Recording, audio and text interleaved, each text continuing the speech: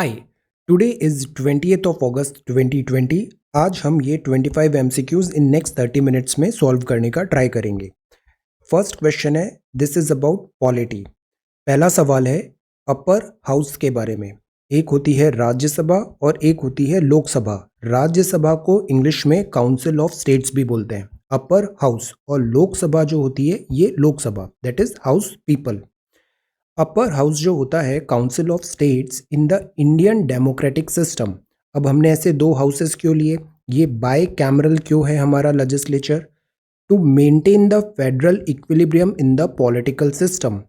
Federal का मतलब होता है कि स्टेट्स का भी कुछ से होगा वहाँ पे, और राज्यसभा में जो आते हैं मेंबर वो आते हैं वाया स्टेट की विधानसभा से इनको इनडायरेक्टली इलेक्ट होके ये राज्यसभा में आते हैं। तो यहाँ एक फेडरल इक्विलिब्रियम बना रहता है पॉलिटिकल सिस्टम का। This is absolutely right. To control the dominance of lower house in the legal administration. Lower house मतलब होता है लोकसभा। लोकसभा के चुनाव होते हैं, जैसे अभी 17वीं लोकसभा है। तो जब लोकसभा में अगर एक डोमिनेंस हो गया है एक पर्टिकुलर पार्टी का, तो लोअर हाउस की मोनोपोली हो सकती है। सो दैट इज वाई जो राज्यसभा होती है ये एक चेक लगाती है, कंट्रोल करती है डोमिनेंस ऑफ लोअर हाउस को लीगल एडमिनिस्ट्रेशन में। Third, to reflect the voices of eminent persons from the various spheres of the society. There are so many people जिनके पास बहुत नॉलेज है, एमिनेंस है, वो अपना नॉलेज दिस पार्लियामेंट में शेयर कर सकते हैं, legislative this formation this policy formulation में। उनके लिए हमें एक प्रोविज़न होना चाहिए कि हम कुछ सीट्स रिजर्व रखें। तो दैट इज़ वाई राज्यसभा में कुछ सीट्स ऐसे रिजर्व होती है for these eminent person. So the right answer is this all. इसके 1, 2, 3 ये तीनों करेक्ट है, करेक्ट आंसर। सेकेंड क्वेश्चन है अबाउट फंडामेंटल राइट्स। कॉन्स्टिट्यूशन में फंडामेंटल राइट्स दिए हुए हैं, और ये जो फंडामेंटल राइट्स हैं पार्ट 3 ऑफ द कॉन्स्टिट्यूशन में, ये बैक्ड बाय दिस लॉ है, backed by this constitution. Supreme court ensure करती है इनका कि ये एप्लीकेबल रहे। तो fundamental rights are available to non citizens. एक होते हैं सिटीजन, भारत के नागरिक, और दूसरे हैं नॉन सिटीजन। लाइक कोई फॉरेनर इंडिया में आया है, ट्रैवल कर रहा है, घूम रहा है, टूरिज्म है, वर्क कर रहा है, वो नॉन सिटीजन है। Equality before law. Now law के सामने सब इक्वल होते हैं, तो इक्वालिटी बिफोर लॉ ऐसा लॉ है, ऐसा फंडामेंटल राइट है जो डिस्क्रिमिनेट नहीं करेगा, डिफ्रेंशिएट नहीं करेगा सिटीजन और नॉन सिटीजन को। तो this is true. Right against discrimination. Discrimination मतलब आपने एक प्रेफर किया, दूसरे को प्रेफर नहीं किया, तो यहाँ तो हो सकता है citizen versus non citizen. Employment में कहीं घूमने जाने के लिए, मूवमेंट के लिए हम डिस्क्रिमिनेट कर सकते हैं, तो ये तो होगा नहीं, तो 2 होगा नहीं, मतलब ये दोनों ऑप्शन गए। इक्वालिटी ऑफ अपॉर्चुनिटी इन दोनों में नहीं है, मतलब ये भी नहीं होगा। Protection of life and personal liberty. अब ये ऐसी चीज़ होती है ना, बहुत फंडामेंटल है। लाइफ चाहे वो सिटीजन की हो या फिर नॉन सिटीजन की हो, protection of life is essential, तो ये भी होगा। यहाँ पूछा है करेक्ट आंसर, तो the right answer is this B मतलब 1 and 4, equality before law and protection of life and personal liberty. ये है आर्टिकल 359। इंडिया में हम बोलते हैं क्वाजी फेडरल है। क्वाजी फेडरल का मतलब होता है वो कंप्लीटली फेडरल नहीं है, पार्शियल फेडरल है, और पार्शियल यहाँ पे central union type of this government है। यूजुअली हमारे यहाँ डिवोल्यूशन ऑफ पावर भी होता है, कॉन्करेंट स्टेट लिस्ट और दिस यूनियन लिस्ट होती है। बट जब इमरजेंसी लगी है तो उस टाइम पे ये आते हैं आर्टिकल 359, और ये स्पेशल फीचर होता है इंडियन कॉन्स्टिट्यूशन का कि वो कंप्लीटली फिर यूनिटरी हो जाता है। ये जो फेडरल फीचर्स होते हैं they are gone in case of this article 359। At the same time जो फंडामेंटल राइट्स जैसे बहुत सारी चीज़ें होती है वो टेम्पररली ये यहाँ पे सस्पेंड भी हो सकती है। तो आर्टिकल 359 में जब नेशनल इमरजेंसी लगी है, तो आर्टिकल 359 क्या चेंजेस लाएगा इंडियन कॉन्स्टिट्यूशन में नेशनल इमरजेंसी के टाइम पे, कि जो फंडामेंटल राइट्स हैं except article 20 and 21 as notified by the president are suspended. Any law, any लिखा है यहाँ पे, any law abridging fundamental right ceases to have effect after a period of 6 months from the date when the emergency ceased to operate। मतलब emergency लगी, कोई fundamental right का हमने उसको इग्नोर किया, बट इसके 6 महीने बीत गए हैं, तो कोई भी लॉ जो ऐसा था जो फंडामेंटल राइट को सीज टू हैव इफेक्ट था, मतलब उसका इम्प्लीमेंटेशन को स्टॉप कर रहा था फंडामेंटल राइट का, वो 6 महीने के बाद, इमरजेंसी ओवर के 6 महीने के बाद वो सीज टू ऑपरेट हो जाएगा दिस लॉ। तो क्या ये करेक्ट है? इसका जो जवाब है वो दोनों करेक्ट है। Answer is C. ये भी करेक्ट है, जो 2021 है ये कभी नहीं होता है। ये जो आर्टिकल्स हैं ये सस्पेंड नहीं होते हैं, इवन 359 में भी। बट जो दूसरे फंडामेंटल राइट्स हैं उनका इम्प्लीमेंटेशन सस्पेंड हो जाता है। Any law abridging fundamental rights हैं ये 6 महीने तक वैलिड रहेगा, उसके बाद ये वाला जो लॉ जो फंडामेंटल राइट्स के अगेंस्ट है वो अपने आप सीज हो जाएगा। तो ये इमरजेंसी प्रोविजन है एक्स्ट्रा ऑर्डिनरी टाइम के लिए, एक्स्ट्रा ऑर्डिनरी मेजर्स। तो the right answer is this C. ये फोर्थ है, इंडियन जुडिशियल सिस्टम। जुडिशरी आजकल काफ़ी ज़्यादा न्यूज़ में है। सो इंडियन जुडिशियल सिस्टम में जो स्ट्रेंथ है जजेस of a high court, high court है, इंटीग्रेटेड जुडिशरी होती है, हाई कोर्ट होती है, हाई कोर्ट के ऊपर सुप्रीम कोर्ट होती है। तो जो जजेस ऑफ हाई कोर्ट होते हैं वो डिटरमाइन करता है parliament of India from time to time कि कितने नंबर ऑफ जजेस होंगे उस हाई कोर्ट में। हाई कोर्ट का जो ज्यूरिसडिक्शन है from a union territory can be removed by the parliament of India. Like बहुत सारे हाई कोर्ट्स ऐसे हैं, जैसे कोलकाता देखो वो अंडमान एंड निकोबार, या फिर केरला है दिस लक्षद्वीप है। ऐसे बहुत सारे हाई कोर्ट्स हैं, स्टेट के हाई कोर्ट्स हैं जो किसी यूनियन टेरिटरी को भी कवर कर रहे हैं। दिल्ली का बट अपने पास खुद का हाई कोर्ट है। तो एक हाई कोर्ट का जो ज्यूरिसडिक्शन है यूनियन टेरिटरी में वो रिमूव हो सकता है बाय पार्लियामेंट। यहाँ अपॉइंटमेंट बाय पार्लियामेंट है, यहाँ दिस एरिया जो है वो this removed by parliament jurisdiction. Territorial jurisdiction of a high court is coterminous with the territory of that state. मतलब ये जैसे मध्य प्रदेश का हाई कोर्ट है, मध्य प्रदेश का हाई कोर्ट से जबलपुर में है, तो इस पूरे मध्य प्रदेश जो स्टेट का टेरिटोरी है उसके साथ को टर्मिनस होगा हाई कोर्ट ऑफ एमपी का भी ज्यूरिसडिक्शन। तो क्या ये करेक्ट है? सी। इसका जो करेक्ट आंसर होगा वो होगा बी ओनली। बी ओनली का मतलब है 2 and 3, this and this. Parliament, this is not determined by parliament. ये जो होता है ये president case to case basis में, वर्कलोड कितना है इसके हिसाब से, पैरामीटर्स होते हैं बहुत सारे, उनके हिसाब से स्ट्रेंथ ऑफ दिस जजेस ऑफ हाई कोर्ट डिटरमाइन होता है। So the right answer is this B. ये है फिफ्थ, डीलिमिटेशन। ये भी बहुत न्यूज़ में है अभी, जम्मू एंड कश्मीर डीलिमिटेशन। तो डीलिमिटेशन कमीशन जो होता है इसके क्या इंपॉर्टेंट फंक्शंस हैं? डीलिमिटेशन मतलब ये होता है कि जैसे आपने एक राज्य है, राज्य में आपने जैसे यूपी है, यूपी की पॉपुलेशन बहुत ज़्यादा है, आपने यहाँ पे इतनी नंबर ऑफ सीट्स अलोकेट कर दी है, बट इन इंटरनली ये कैसे डिवाइड होगा? दिस जो एरिया है, जैसे विधायक का एरिया है या फिर सांसद का जो टेरिटोरियल एरिया है इलेक्शंस कराने के लिए, ये कैसे लिमिट होगा? इसके लिए होता है डीलिमिटेशन कमीशन, जो बताता है कॉन्स्टिट्यूएंसी का साइज कितना है। क्लास 11th एनसीईआरटी पॉलिटी ये जो छोटी छोटी बेसिक चीज़ें हैं ना बहुत अच्छे से एक्सप्लेन किया है। If you are a new one, beginner हैं, तो गो थ्रू दिस एनसीईआरटीज, बहुत अच्छे कॉन्सेप्ट्स क्लैरिटी होती है। तो ये डीलिमिटेशन कमीशन ये बताता है कि हमने ऐसे कॉन्स्टिट्यूएंसी को रीडिफाइन किया है, बिकॉज समय के साथ पॉपुलेशन चेंज होती है, डेमोग्राफी चेंज होती है, हमने रिजर्वेशन ऑफ कुछ कॉन्स्टिट्यूएंसीज रखते हैं, तो अगर पॉपुलेशन चेंज हो रही है तो ये भी चेंज होगा। तो ये डिटरमाइन करता है boundaries of electoral constituencies in the state. ये इंक्रीज कर सकता है number of constituency in the state according to the population. ये कैसे होगा भाई? कॉन्स्टिट्यूएंसी के नंबर ही इंक्रीज कर दिए, मतलब स्टेट यूपी के पास से 81 सीट्स थी, इस कॉन्स्टिट्यूएंसी को बढ़ा के उसने बढ़ा दिया, से पॉपुलेशन इंक्रीज हो गई है। This is not possible.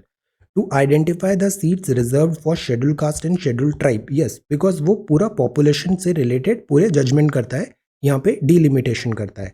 So the right answer is this B, मतलब दिस 1 एंड दिस 3। ये नहीं होगा, नंबर नहीं इंक्रीज होता है, वो रीशफल हो सकता है, दिस एरिया जो है दैट कॉन्स्टिट्यूएंसी रीशफल हो सकती है, बट नंबर इंक्रीज नहीं होते हैं, तो दिस इज रॉन्ग।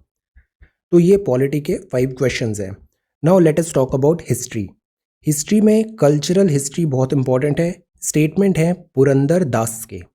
ये जो पुरंदर दास हैं ये one of the chief founding proponent थे साउथ इंडियन क्लासिकल म्यूजिक। अब म्यूजिक अभी हम पढ़ेंगे, सीसीआरटी हम कवर कर रहे हैं, रिज्यूम करेंगे, उसमें हम देखेंगे performing arts, music and all, painting, music, dance form etcetera.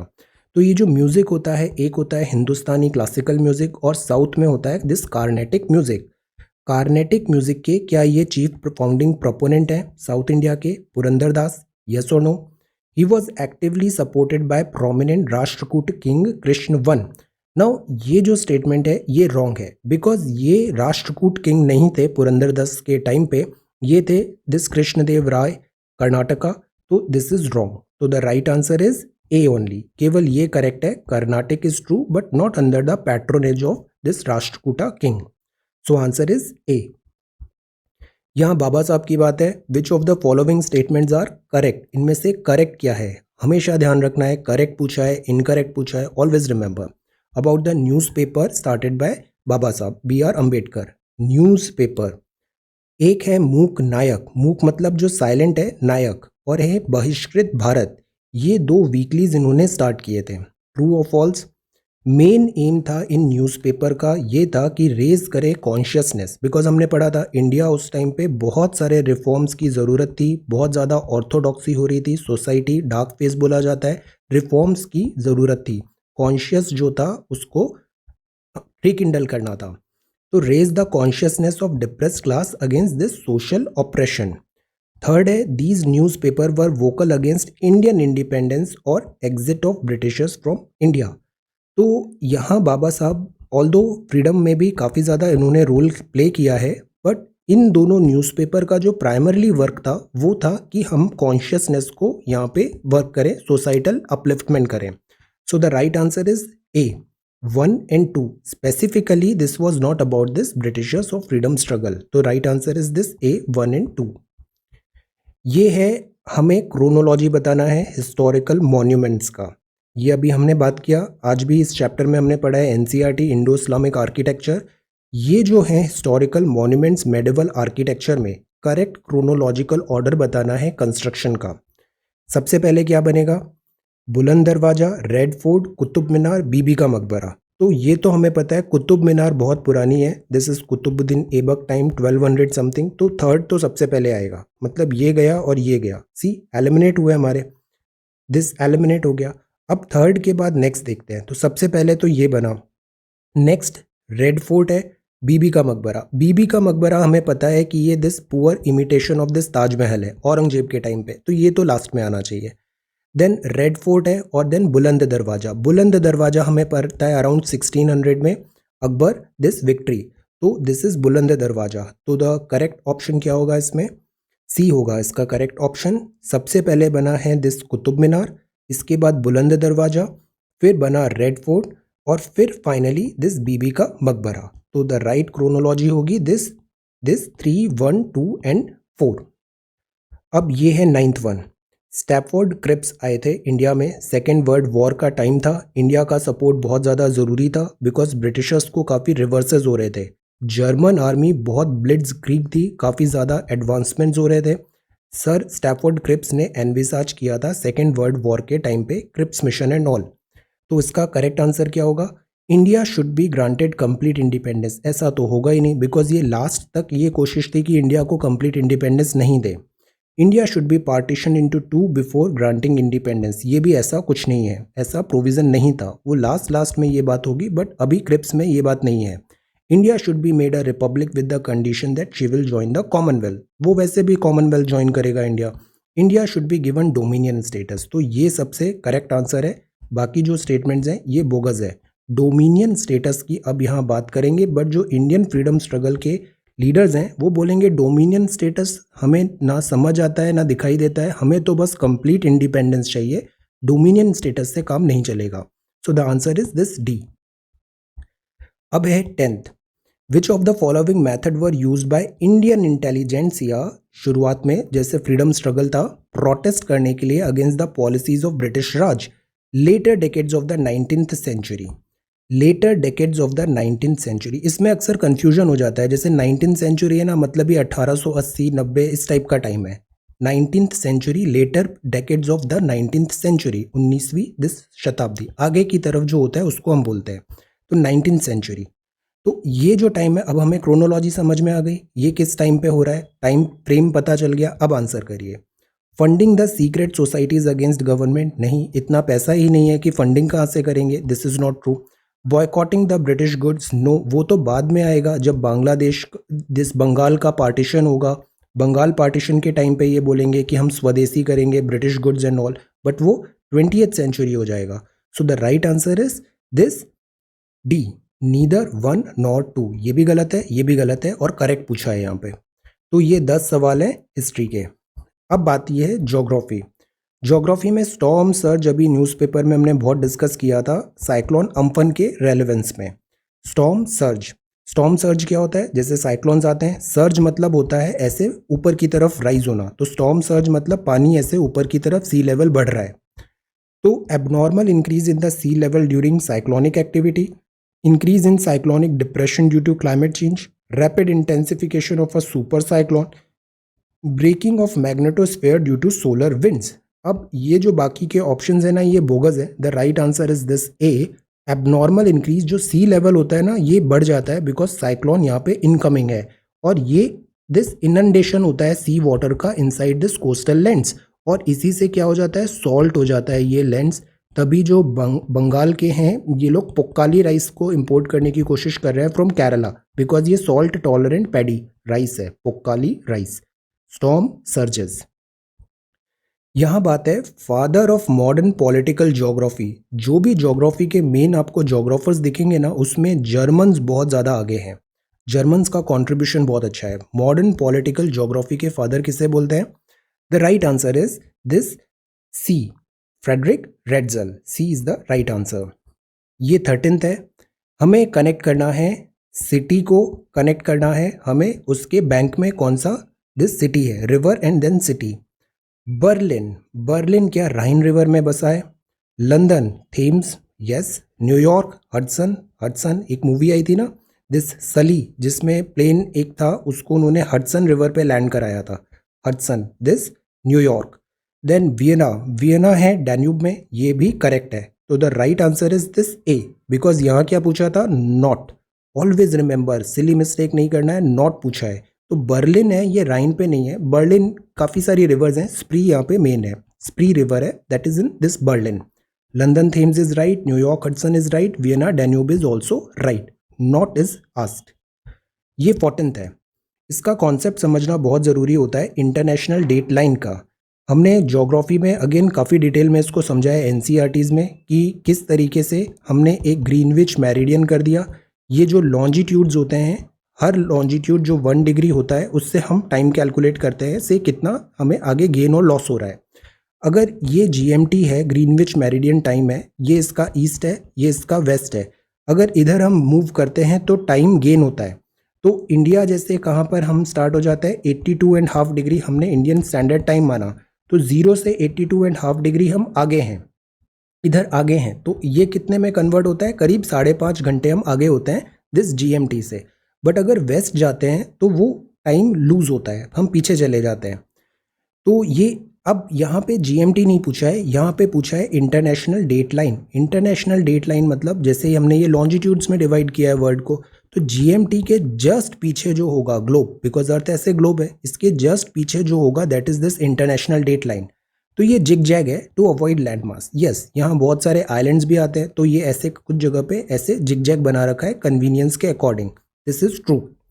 International date line is 180 degree west. अब ये 0 है, 180 डिग्री वेस्ट जाओगे तब भी आप पीछे पहुंच जाओगे, 180 डिग्री ईस्ट जाओगे तब भी आप पीछे पहुंच जाओगे। तो ये दोनों करेक्ट है, 180 डिग्री वेस्ट या 180 डिग्री ईस्ट, बिकॉज ये सर्कुलर है, 0 के जस्ट पीछे हमको 180 पहुंचना है, इधर से जाओ या इधर से जाओ। तो this is also true. When you cross the international date line from west to east, now this is an important concept। ये इंटरनेशनल डेट लाइन है ना, वेस्ट में ऊपर पैसिफिक में न्यूजीलैंड के साइड में, इधर यहाँ पे इंटरनेशनल डेट लाइन है।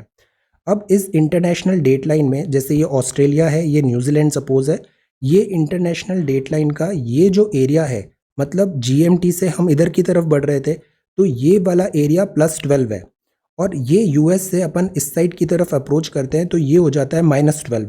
तो +12 -12, तो टोटल इनमें डिफरेंस कितना हो जाता है, 24 आवर्स का डिफरेंस हो जाता है। तो जब हम इंटरनेशनल डेट लाइन को क्रॉस कर रहे हैं from west to east, west to east cross कर रहे हैं, सपोज हम ऐसे क्रॉस कर रहे हैं, तो हम क्या करेंगे, सब्सट्रैक्ट करेंगे एक डे को, बिकॉज 12 घंटे हम ऑलरेडी आगे थे 0 के रेफरेंस में, और ये वाला पॉइंट 12 घंटे पीछे है, तो टोटल हम कितना आगे आ गए इस पॉइंट में आते ही 24 घंटे आगे आ गए। तो हम एक डे सब्सट्रैक्ट करेंगे, और अगर उल्टा करेंगे तो हमको एक डे ऐड करना पड़ेगा ताकि ये 12-12 दिस कंपनसेट हो जाए। So the right answer is this C, इसके तीनों करेक्ट है। ये 15 है। यहाँ बात है मेडिटेरेनियन क्लाइमेट रीजन्स का। यहाँ पे भी ये मेडिटेरेनियन है, जैसे ये इक्वेटर है, ये ऊपर 23.5 डिग्री 23.5 डिग्री साउथ, ये कैंसर है, कैप्रिकॉन है। ट्रेड विंड्स ऐसे आती है और वेस्टर्लीज ऐसे फ्लो होती है, ये वेस्टर्लीज इधर जा रही है और ये यहाँ पे ऐसे फ्लो हो रही है, वेस्टर्लीज है ये। अब वेस्टर्लीज विंड जिस डायरेक्शन से आती है ना, उसके हिसाब से उसका नाम होता है। तो ये वेस्ट से आ रही है तो वेस्टर्लीज है।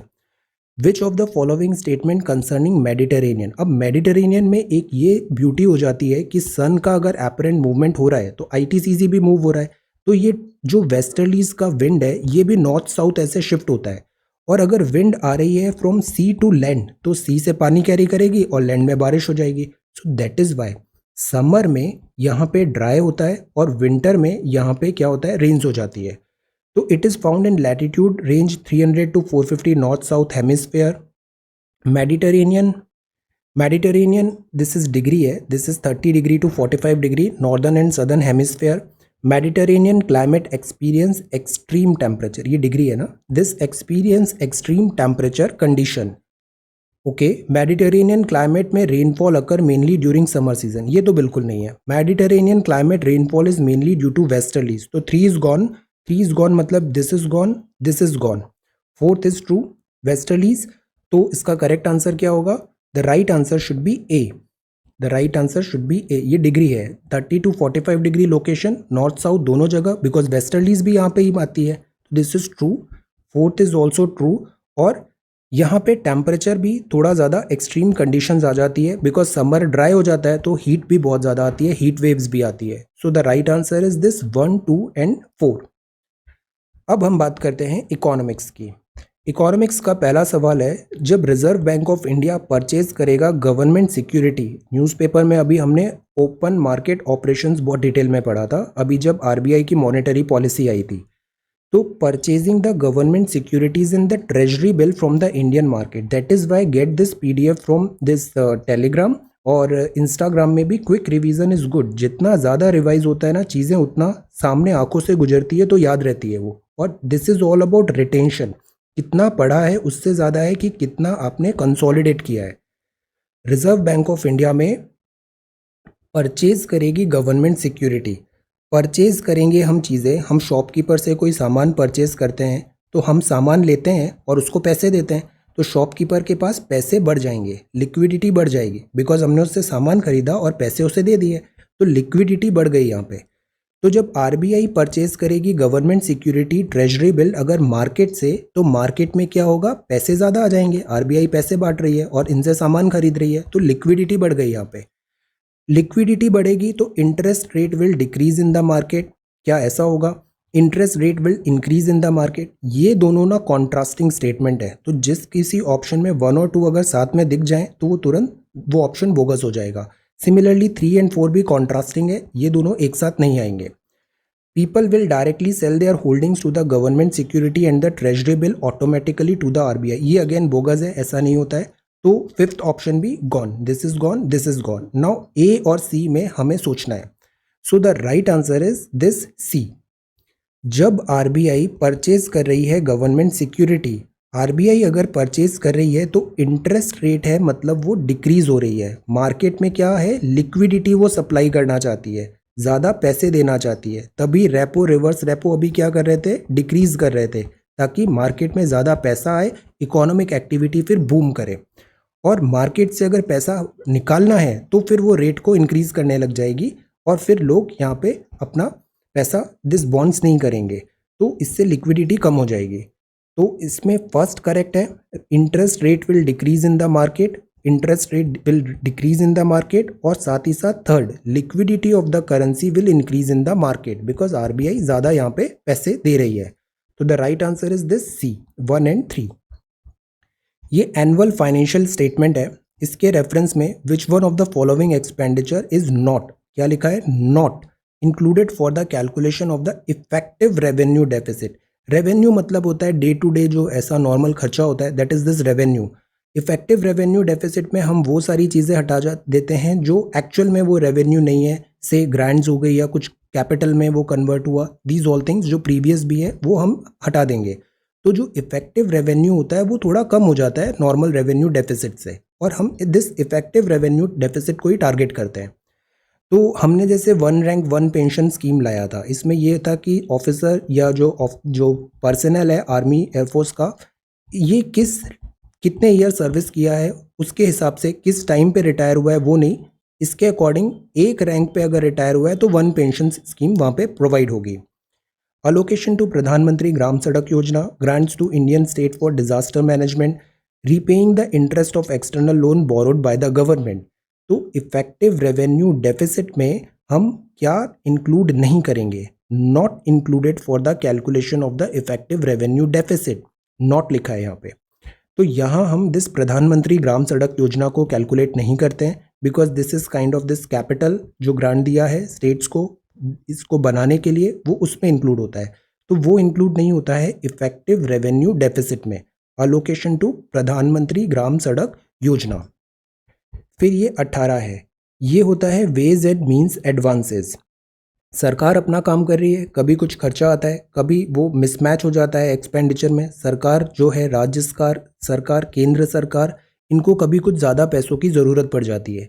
अब अचानक से जो मिसमैच हुआ एक्सपेंडिचर में या रेवेन्यू में शॉर्टफॉल हो रहा है, तो ये पैसे कहाँ से लें? पैसे लेते हैं ये आरबीआई से, एडवांस में लेते हैं, वेज एंड मीन्स एडवांस बोला जाता है। तो रिजर्व बैंक ऑफ इंडिया ने इंक्रीज किया है limit of ways and means advance by कोविड-19 के बैकड्रॉप में, न्यूज़ में ये कवर किया था, above of 60%. What will be the impact this increase in the Indian financial system? Now both the central and government can borrow from the RBI on a temporary basis. Yes, अब थोड़ा ज़्यादा borrow कर पाएंगे ये RBI से temporary basis पे। ये temporary होता है, this is temporary mismatch के लिए ways and means advance होता है। Public sector bank can borrow from the RBI on the basis of repo rate. This is not the thing. Public sector bank के लिए ये नहीं है। So the right answer is this A.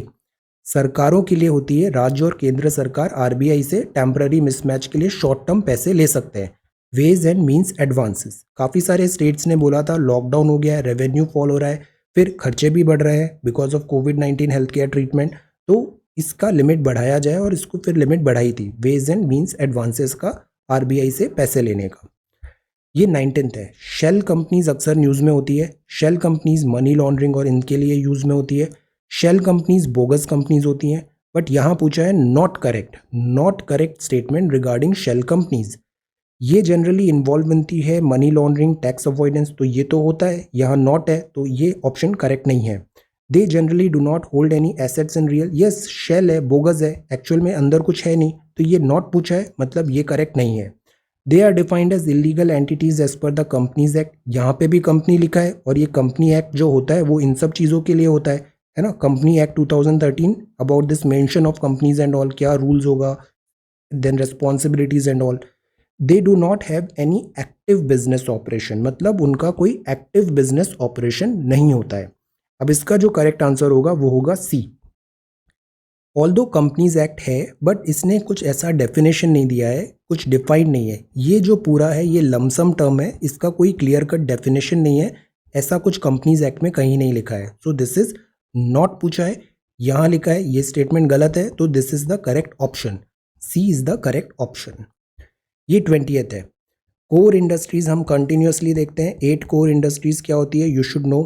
8 core industries में से कौन सी ऐसी industries है जिसमें अभी ग्रोथ का काफ़ी ज़्यादा कंजम्पशन बहुत बड़ा है दिस खरीफ दिस के कारण। कोर इंडस्ट्रीज जो होती है ये बताती है इकोनॉमी किस डायरेक्शन में मूव हो रही है। इसका जो डेटा है वो कौन रिलीज करता है, national statistical office, department of economic affair, none of the above, या फिर department of promotion of industry and internal trade. पहले इसका नाम अलग था, अभी ये नाम चेंज हुआ है, DPIIT हो गया है, ये department for promotion of industry and internal trade. The right answer is this A, ये इस डेटा को रिलीज करता है, कोर इंडस्ट्री डेटा को। देन ये थे हमारे इकोनॉमिक्स के क्वेश्चंस। अब हम आते हैं करंट अफेयर्स में। प्रोजेक्ट चीता, इंडिया में बहुत ज़्यादा हम कोशिश कर रहे हैं कि जो ये हैं लेपर्ड्स हैं, दीज चीता है, बिग कैट्स होती हैं, ये एक्सटिंक्ट इन वाइल्ड हो गई थी, इनको हम री इंट्रोड्यूस करने की बात कर रहे थे और कुछ एरियाज़ भी हमने आइडेंटिफाई किए जहाँ से हम इन चीता को यहाँ पे रिलोकेट कर सकते हैं। तो पहला ऑप्शन है upgradation of armed forces drones for conducting offences operation, reintroduction of cheetah species into the Indian forest, indigenous project of India to develop a teraflop supercomputer, Param and all, teraflop supercomputer, India's first submarine optical fiber cable project for Andaman and Nicobar। ये अभी news में हमने देखा था, Chennai to Andaman and Nicobar optical fibre. तो इसका right answer क्या होगा? इसका राइट आंसर होगा दिस ए, यस। यहाँ लिखा है दिस प्रोजेक्ट चीता, ये रेफरेंस है this armed forces drones. Indian air force अभी बहुत ज़्यादा unarmed unmanned aerial vehicle deploy करने की बात है LAC में, लाइन ऑफ एक्चुअल कंट्रोल में। ये प्रोजेक्ट फिर से अभी वापस आ रहा है 16 के बाद। यहाँ है कंडक्टिंग ऑफेंसेस ऑपरेशंस, यहाँ पे काफ़ी ज़्यादा वर्क हो रहा है दिस प्रोजेक्ट चीता। So this is this Capitals, this is this, A is the correct option. अब है 22 अंकटाड। रिपोर्ट्स हर साल एक ना एक आती है, ये रिपोर्ट्स के आंसर्स कभी गलत नहीं होने चाहिए, ये लो हैंगिंग फ्रूट है, ये कभी गलत नहीं होने चाहिए। UNCTAD, United Nations conference on trade and development, trade और development, United Nations, which of the following reports publish करेगी trade and development related? World investment report, trade कर रहे हैं तो कहीं ना कहीं इन्वेस्टमेंट मनी एंड ऑल होगा। इंफॉर्मेशन इकोनॉमी, उसी के हिसाब से हम ट्रेड करते हैं, conference and all. World development report, यहाँ टर्म आ गया है डेवलपमेंट, और डेवलपमेंट जैसे काम होते हैं वो होता है दिस वर्ल्ड बैंक के द्वारा। तो the right answer is this B, 1 and 2 only. C है that is by World Bank and these 2 is by UNCTAD. ये 23rd है, this is about basic exchange and cooperation agreement, BECA. ये जो है ये बायलैटरल अरेंजमेंट है between India and the European Union. Basic exchange होगा और कोऑपरेशन का अग्रीमेंट साइन होगा इंडिया और यूरोपियन यूनियन के साथ। अग्रीमेंट में होगा कि फ्री ट्रेड होगा गुड्स एंड सर्विसेज का, बिकॉज यूरोपियन यूनियन काफ़ी ज़्यादा इंपॉर्टेंट ट्रेड पार्टनर भी है, अक्सर हम बात कर रहे हैं फ्री ट्रेड एंड एक्सचेंज। ये अग्रीमेंट वैलिड होगा for 10 year and need renewal for further benefit, 10 साल के लिए है, फिर वापस रिव्यू होगा, फिर उसको आगे बढ़ाना है। इसमें से क्या करेक्ट है? So the right answer is this all are wrong, the right answer is none of the above. ये यूरोपियन यूनियन नहीं है, ये US है, ये ट्रेड के लिए नहीं होता है, ये satellite Jio this satellite and coordinates इसके एक्सचेंज के लिए होता है, और 10 साल की बात ही नहीं है बिकॉज ये अभी साइन ही नहीं हुआ है। तो none of the above is the right option, none of the above. अब है black box. Black box electronic recording device होती है, एयरक्राफ्ट में होती है, to facilitate the investigation of aviation accidents and incidents. इस कॉन्टेक्स्ट में ये जो ब्लैक बॉक्स की कुछ कैरेक्टरिस्टिक्स है, इस पे बेस्ड ये स्टेटमेंट्स दिए हैं।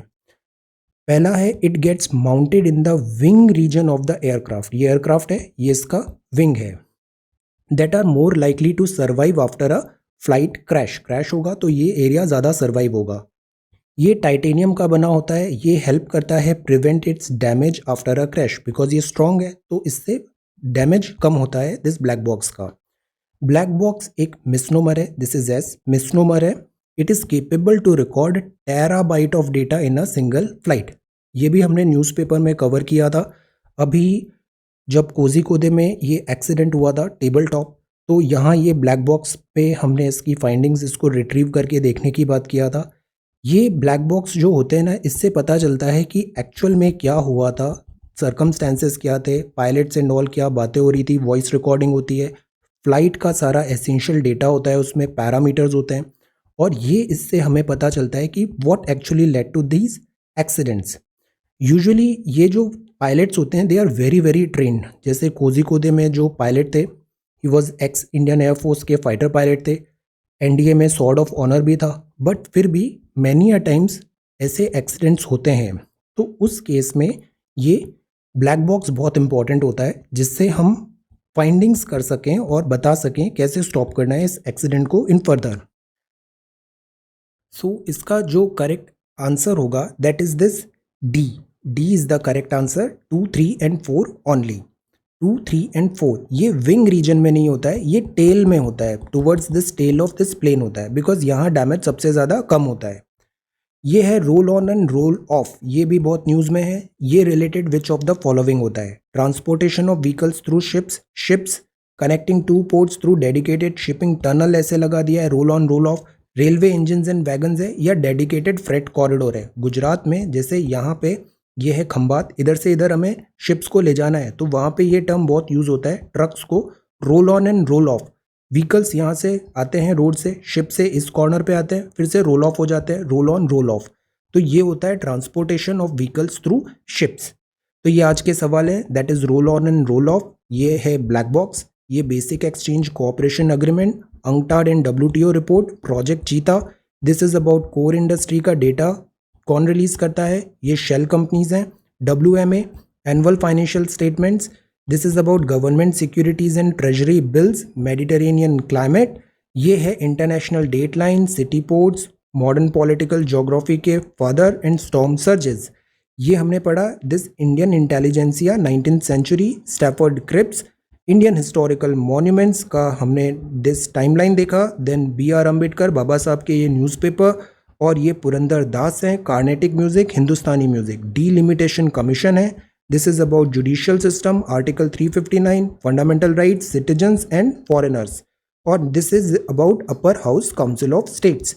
सो ये 20th of August 2020 है। Thank you so much for watching this video. Take care, study well and be safe.